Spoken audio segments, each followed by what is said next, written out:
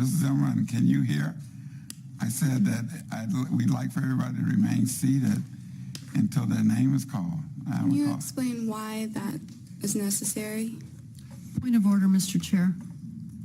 Yes, Councilman Patterson. Thank you, Mr. Chair, and I have the floor, so I would appreciate it, Mr. Chair, if I was not interrupted. All right. Thank you, sir.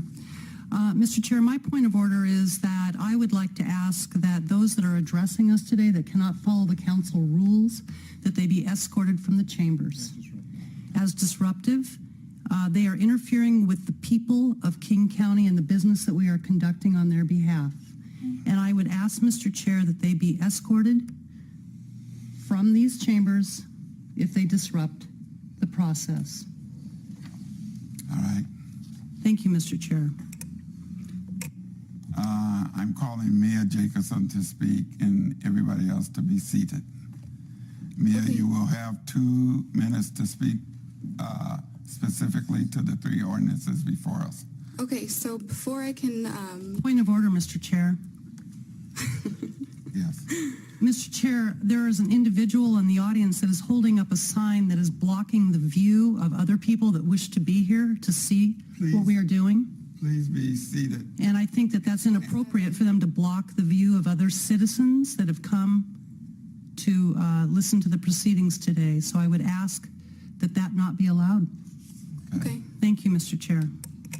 So before I can begin my testimony on items 7 through 9, I just wanted to understand something. And I know you guys don't feel like you need to answer questions, but just to be clear, you guys are civil servants, correct? Point of order, Mr. Chair. Yes. I would ask that when citizens do not follow the rules, that they be escorted from the chambers. Public testimony is not a time to ask questions of the King County Council. I have, in my 12 years, rarely on one hand can I remember the number of times when public testimony involved questions except for these same individuals. So I would ask, Mr. Chair, if they can't follow that rule, that they be escorted from the chambers. All right, Mia, speak specifically to the 3 ordinances before us.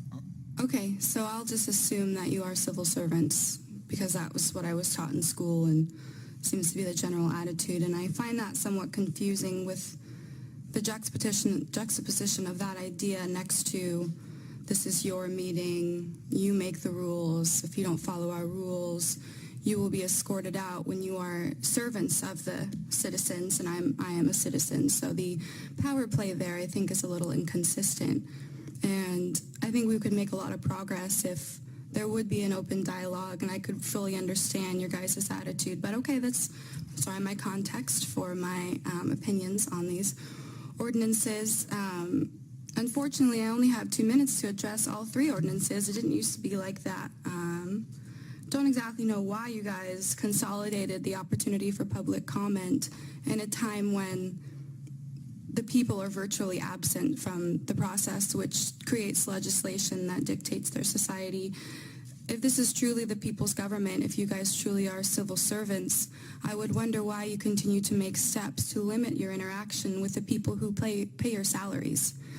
It doesn't make a lot of sense to me, and I think the day when one of you will understand that times are changing and that you aren't perfect and things aren't always what they seem in your perspective, then we could change the world. We could enter into a new era.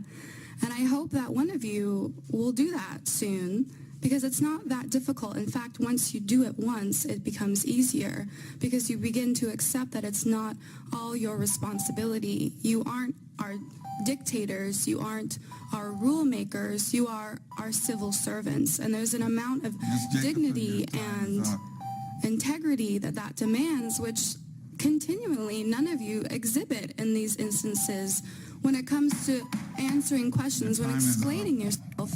There's a point of order, and you want me We'll to be at do that recess. by security when I am incorrect. At recess. Thank you, Mr. Chair. We're in recess.